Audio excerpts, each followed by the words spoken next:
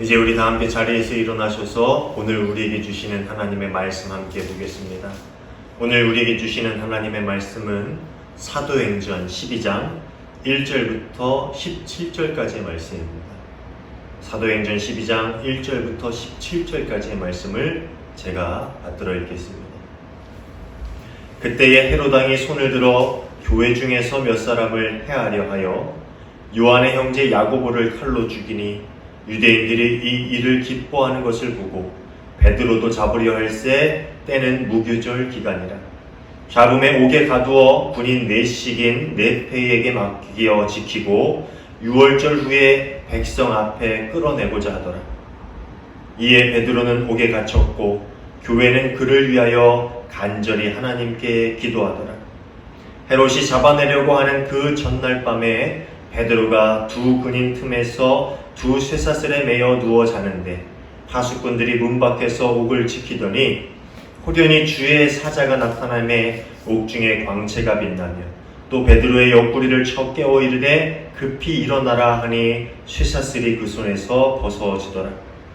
천사가 이르되 띠를 띠고 신을 신으라 하거늘 베드로가 그대로 하니 천사가 또 이르되 겉옷을 입고 따라오라 한대 베드로가 나와서 따라갈새 천사가 하는 것이 생시인 줄 알지 못하고 환상을 보는가 하더라.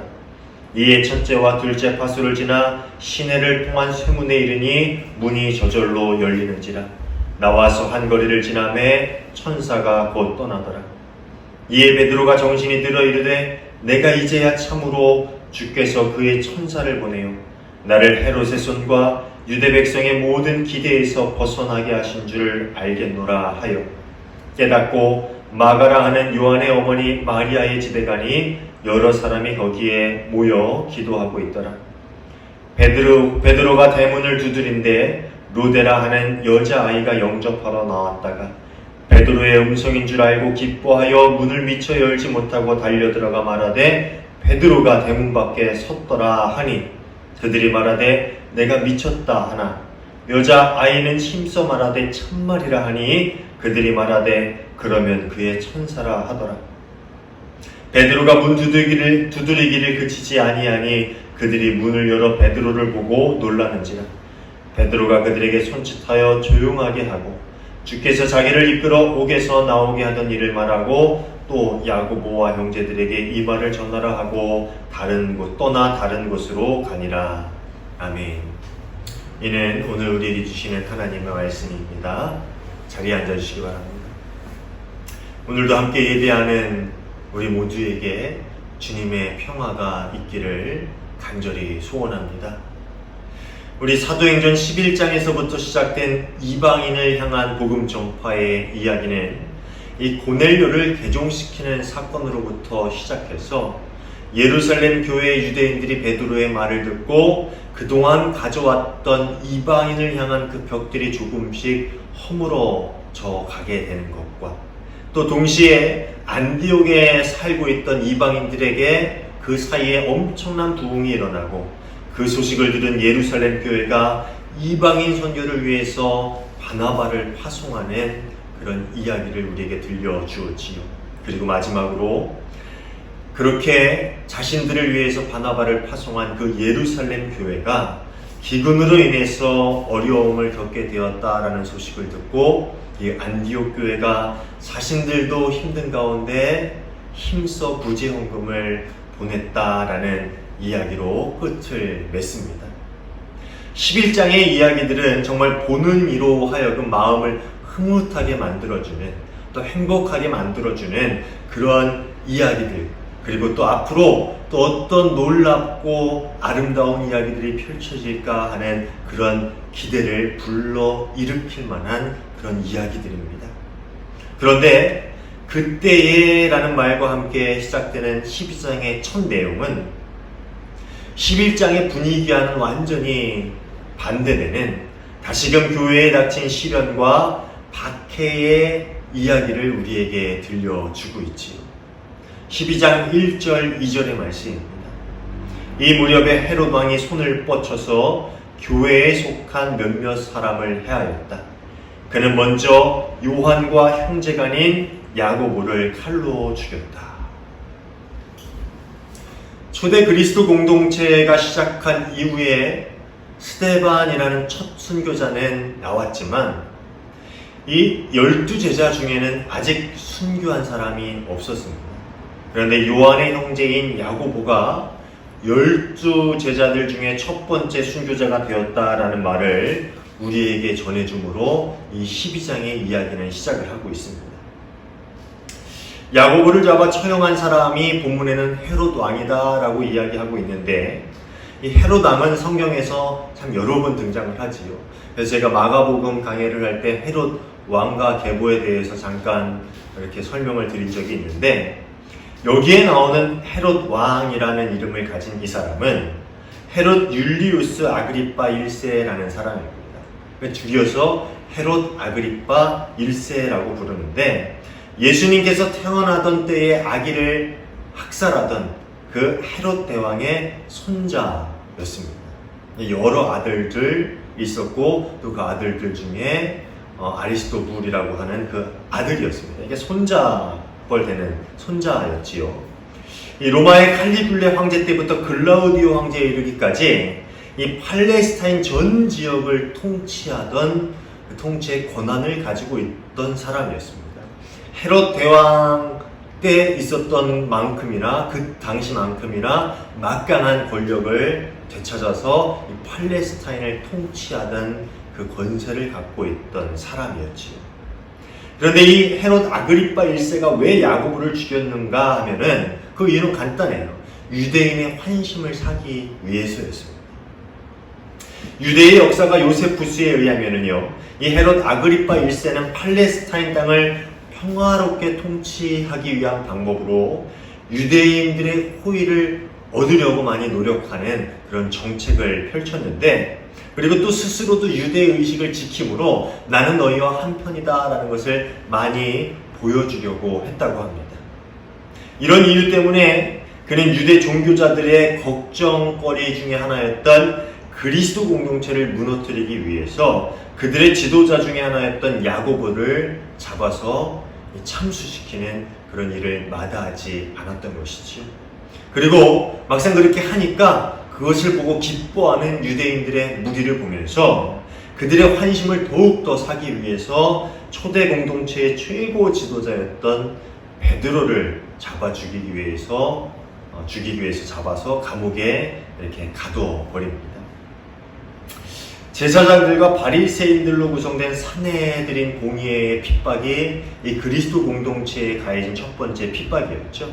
그런데 그것이 바울이 회심하는 사건을 통해서 좀 잠잠해지는가 싶고, 이제 그 이후로 본격적으로 이방인 선교가 시작되고 이방인 교회의 부흥의 시간들, 그 시대가 열리는가 싶었는데, 이전보다 더욱더 강력한 핍박, 로마의 군대를 등에 업고 있는 헤롯 왕가를 통한 핍박이 이제 시작되었다라고 12장의 1절, 2절, 그 첫 절은 우리에게 그 암울한 이야기를 들려주고 있습니다. 그렇지만 박해가 더욱 심해지고 핍박의 힘이 더욱 강력해졌다고 해서 공동체의 운명이 위기에 처했다거나, 그건 공동체가 이제 쇠퇴의 길로 접어들었다라고 말할 수는 없을 것 같습니다. 요한 크리스토스톰은 환란에 관한 이야기를 하면서 이런 이야기를 합니다. 환란이 얼마나 유익한 것입니까? 그들의 정신을 깨어있게 했습니다.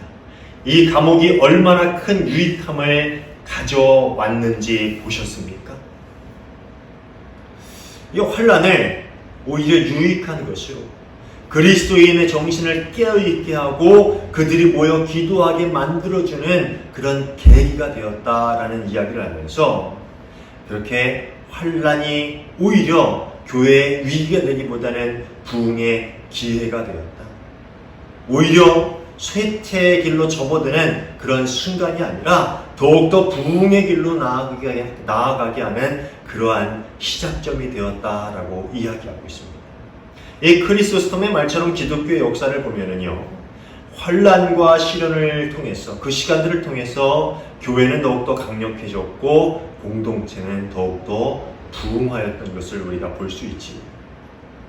야고보 사도가 칼에 죽고 베드로 사도마저 감옥에 닥치게 된 그 순간 그들은 살 길을 찾아서 뿔뿔이 흩어지기보다는 오히려 한 곳에 모여서 더욱더 기도하기, 힘써 기도하기 시작했습니다. 5절 말씀입니다. 이렇게 되어서 베드로가 감옥에 갇히고 교회는 그를 위하여 하나님께 간절히 기도하였다. 베드로가 감옥에 갇혔을 때 야고보 사도가 죽었으니 이제 곧 베드로 사도도 죽겠구나. 그러니 이제 그 둘이 죽고 나면은 곧 우리에게 그 칼날이 돌아오겠구나 라는 생각에 그들은 살 길을 찾아서 뿔뿔이 흩어졌던 것이 아니라 오히려 베드로를 위해서 또 교회 공동체를 위해서 간절히 기도하기에 힘썼다라고 성경은 우리에게 전해주고 있습니다. 베드로가 잡힌 시기는 공교롭게도 무교절이었습니다. 이 무교절은 누룩이 들어가지 않은 빵을 먹으면서 하나님께서 출애굽 당시에 이스라엘 백성을 애굽으로부터 구원해내신 것을 기념하는 그런 절기였지. 어쩌면 헤롯이 이 날에 이 무교절에 맞춰서 베드로를 잡아들인 이유는 그 시기에 평상시보다 많은 유대인들이 예루살렘으로 모이기 때문이 아니었을까라는 생각을 합니다. 그러니까 더 많이 유대인들이 모여들었을 때 그들에게 환심을 사기 위해서 베드로를 그 시기에 맞춰서 잡아들인 것이지요.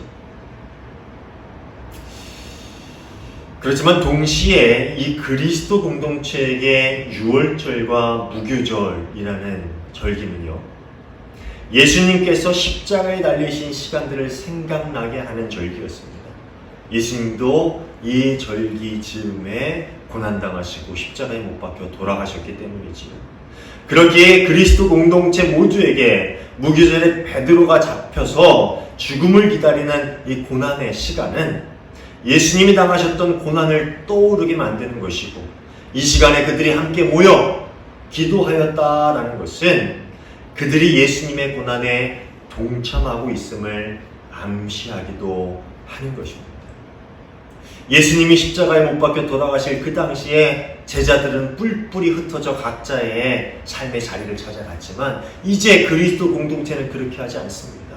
이제 그 예수 그리스도의 고난에 동참하는 마음으로 그들은 더욱더 그 핍박과 고난과 그 죽음의 시간에 모여서 하나님께 기도하였다라고 이 사도행전의 저자인 누가는 우리에게 이야기해주고 있는 것입니다. 그들이 무엇을 위해서 기도했는지 정확하게는 알 수 없어요. 그냥 베드로를 위해서, 그를 위하여 하나님께 간절히 기도하였다라고 그렇게 이야기했는데, 베드로가 무사히 풀려나게 해달라고 기도했는지, 아니면 베드로가 담대하게 죽음을 맞이할 수 있게 해달라고 기도했는지, 그 기도의 내용과 방향은 사실 알 수가 없어요. 13절부터 15절의 이야기를 보면은요, 베드로가 무사히 살아 돌아왔다라는 그 소식을 누가 전해요? 그 집의 여종이었던 로데가 전하는데, 이 소식을 들은, 그 로데의 말을 들은 공동체의 반응은 어떻습니까? 아주 냉소적입니다. 처음에는 내가 미쳤다라고 이렇게 그 여종을 나무랬다가 거듭 아니다, 분명하다, 내가 베드로의 목소리를 들었다라고 거듭 이야기하자 아마 천사의 소리를 들은 것 같다라고 이야기하지. 이것을 가지고 공동체가 베드로가 풀려나기를 그렇게 기도했는데, 정작 베드로가 풀려났을 때 그것을 믿지 못했음을 보면서 그 공동체의 믿음이 부족했다. 왜 기도했는데 그것을 믿지 못하냐라고 이렇게 이야기하는 주석가들도 많이 있습니다. 또 그렇게 설교하기도 하지요. 또 드물게는 반대로 그들이 베드로가 풀려나기를 기도했다기보다는 순교라는 명예로운 죽음을 담대히 받아들이기를 기도했기 때문에 베드로가 살아 돌아왔다라는 소식을 듣고 그것을 받아들이지 않았다, 믿지 않았다라고 이야기하는 분들도 있어요. 이렇게 저렇게 해석할 수 있죠. 어떤 해석이든 틀리다고 이야기할 수는 없어요. 다만 사도행전의 저자인 누가가 이야기하고자 하는 것은 무엇이냐면은, 교회를 쓰러뜨리는 영적인 전투가 일어났을 때, 그런 영적인 전쟁의 순간에 우리가 처하게 되었을 때 성도는 어떻게 그 영적인 전쟁에 대처해야 하는가라는 것을 우리에게 이야기해 주고자 하고 있는 것 같습니다. 예루살렘 그리스도 공동체의 사람들은 그동안 수없이 박해를 겪으면서 자신의 신앙을 지켜왔어요. 그렇지만 이번 박해는 예산 일이 아니라는 생각이 들기에 충분했습니다. 그동안 자신들의 일에 별다른 반응을 보이지 않던 정치권, 즉 헤롯 왕가가 이제 그 박해의 주체가 되었습니다. 그동안 정치적인 힘과 군대의 힘을 등에 입은 그러한 막강한 세력이 그들을 적으로 돌리고 박해한 적은 없었죠. 사내들인 공의회가 그들을 박해하고 유대인들이 그들을 박해했지만 이제는 상황이 달라졌어요.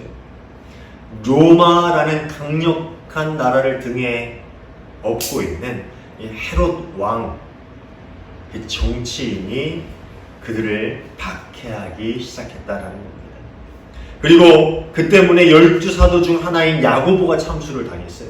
그들에게 있어서 12명의 사도는 정말 큰 스승과도 같은 존재였죠. 그런데 그 중에 한 명인 야고보가 이 헤롯의 칼 앞에 무참히 죽음을 당하는 것을 그들이 봤지요. 그리고 이제 더욱 기세 등등한 헤롯은 베드로까지 잡아놓고 그를 성경에 뭐라 그래요? 유월절이 끝나는 대로 잡아 죽이려고 하고 있었다라고 이야기합니다. 그러니까 그 어느 때보다 그들은 심각한 위기의 시간을 지나고 있었을 것입니다. 위기의식을 느끼고 있었을 것이죠. 그리고 이런 무자비한 폭력과 영적인 위기 앞에서 그들은 무엇을 해야 하는지, 무엇을 할 수 있는지, 자신들이 어떻게 그 영적 전쟁에 대처해야 하는지, 할 수 있는 것이 무엇인지 아마 고민했을 것입니다. 그리고 그 고민 끝에 그들은 기도하기 시작했습니다. 그들은 이전에도 쉬지 않고 열심히 기도하는 생활을 해왔지만 이제 더욱더 간절한 마음으로 더욱더 비장한 각오로 기도함으로 하나님 앞에 나왔음을 누가는 우리에게 이야기해주고 있습니다. 죽음을 눈앞에 두고 있는 베드로를 위해서 그리고 그리스도의 사람들, 즉 그리스도인들을 위해서, 그 공동체를 위해서 그들은 모여서 힘을 합하여 기도했던 것이지. 아까 말씀드렸던 고난에 관한 이 요한 크리스토스톰의 말의 뒷부분은 이렇습니다. 하나님께서는 복음의 위대함을 그들에게 잘못한 이들을 응징하는 것으로 보여주지 않습니다. 그들이 어떤 끔찍한 일을 당하게 하시는 것이 아니라 환난의 위대함을 그것 자체를 통해 보여주십니다.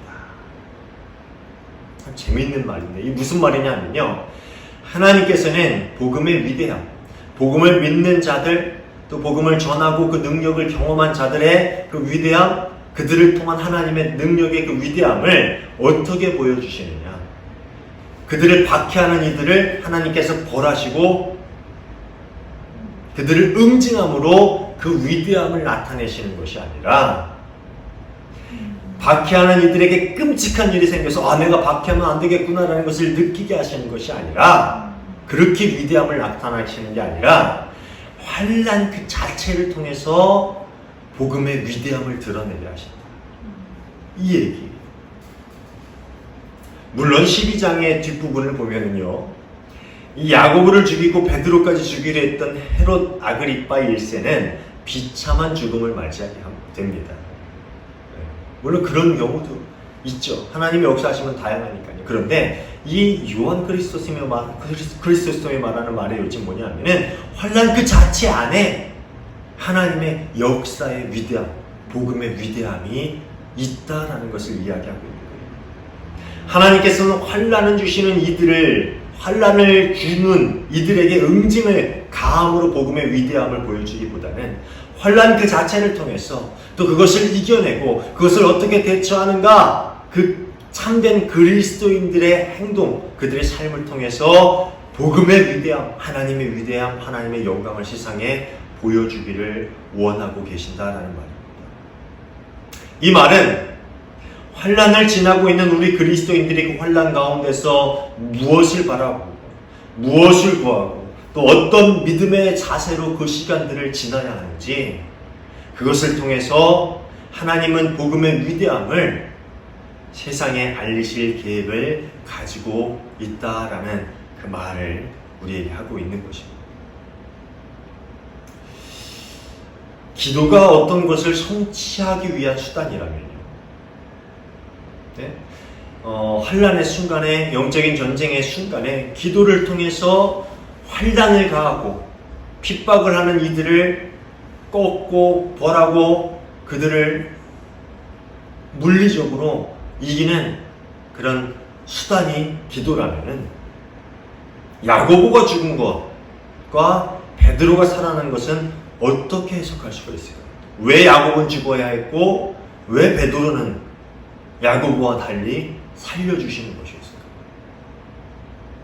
기도는요, 영적인 전쟁의 순간이 우리에게 닥쳐올 때에 우리가 세상의 가치와 세상의 방법과 세상의 삶에 연연하지 않고 하나님의 계획을 그 시간에 바라보면서 하나님의 주권을 인정하고 하나님의 뜻에 순종하기 위한 능력을 구하는 믿음의 행위가 바로 기도라는 거죠.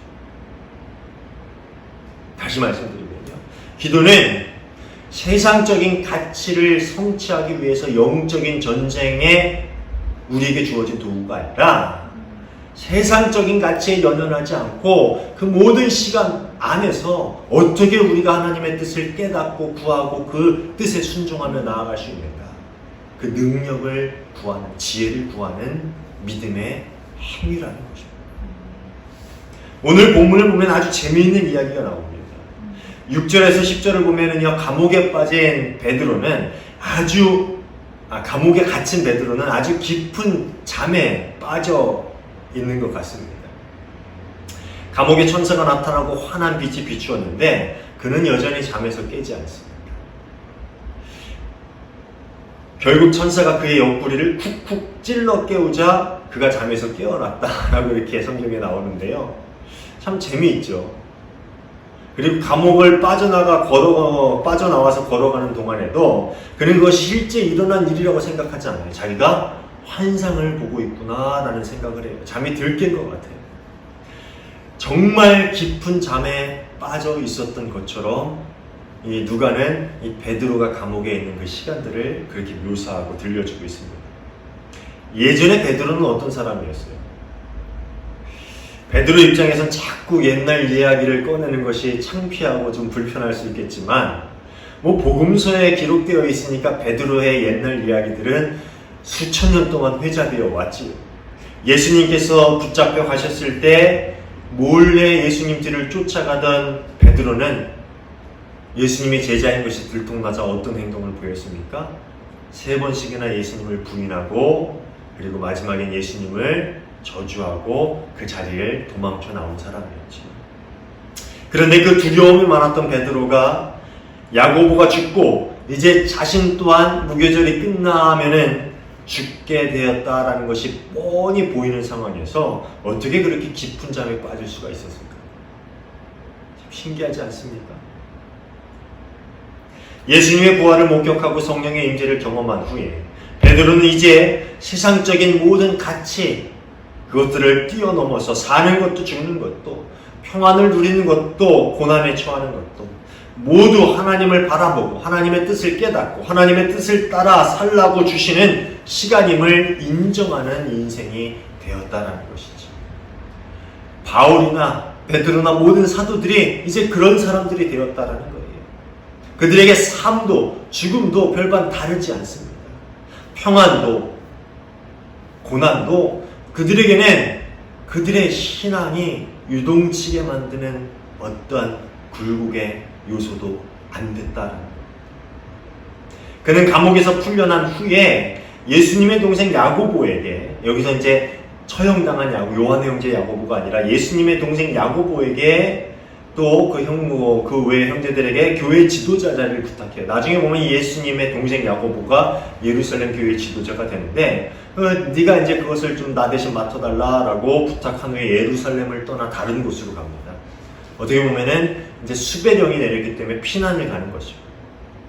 근데 요한의 형제 야고보는 순교의 자리로 들어갔는데요. 베드로는 살아서 다른 사명의 자리를 향해서 잠시 몸을 피합니다. 그런데 이것은요, 베드로가 비겁했기 때문도 아니고 죽음을 두려워했기 때문도 아니에요. 조금 전에도 말씀을 드렸듯이 이제 베드로나 다른 사도들 모두에게 있어서 죽음이나 삶, 그것은 그 자체의 큰 의미가 부여되는 것이 아니었습니다. 어떤 길이든 하나님께서 주신 길을 순종함으로 걸어가고 그 안에서 하나님의 뜻을 찾고 하나님께서 계획하신 일들을 하나하나 이루어가는 것이 그들의 삶의 목적이고 사명이었습니다.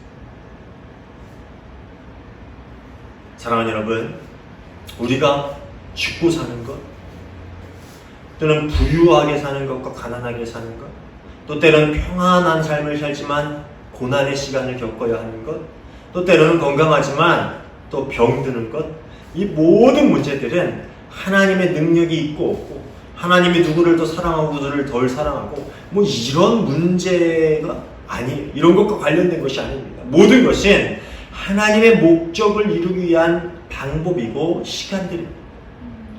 그렇기에 기도는 우리가 원하는 방향으로 하나님의 뜻을 돌리기 위한 씨름이 아님을 우리는 기억해야 합니다.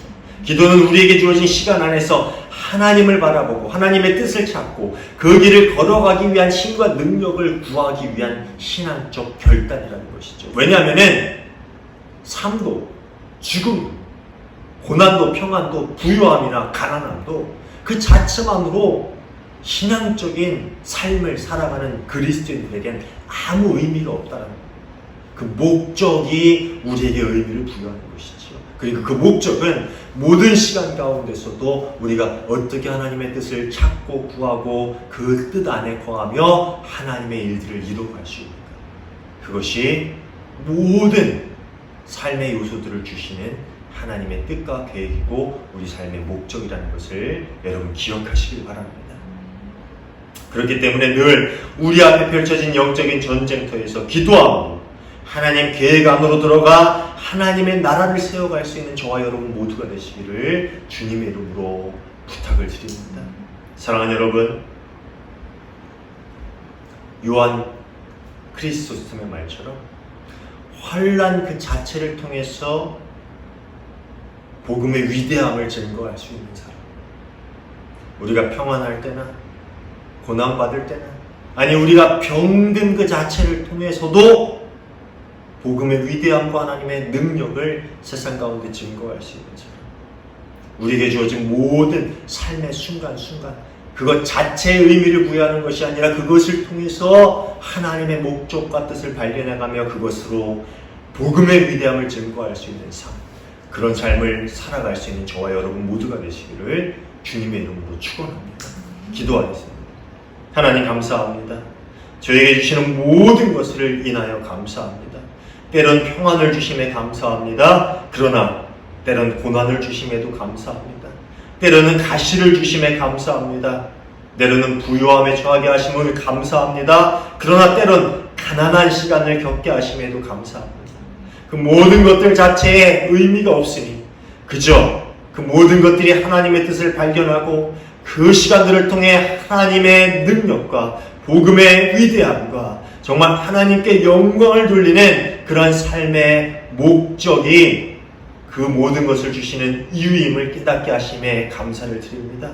그 시간들을 통해서 우리에게 주어진 그 모든 삶의 요소들을 통해서 하나님의 위대함을 드러내고 복음의 능력을 증거하고 주께 영광 돌리며 하나님의 나라를 이루어갈 수 있는 저희 모두가 되게 하여 주시옵소서. 우리 삶 가운데 주님께서 함께 하심을 믿고 감사하며 예수님 이름으로 기도하옵나이다. 아멘.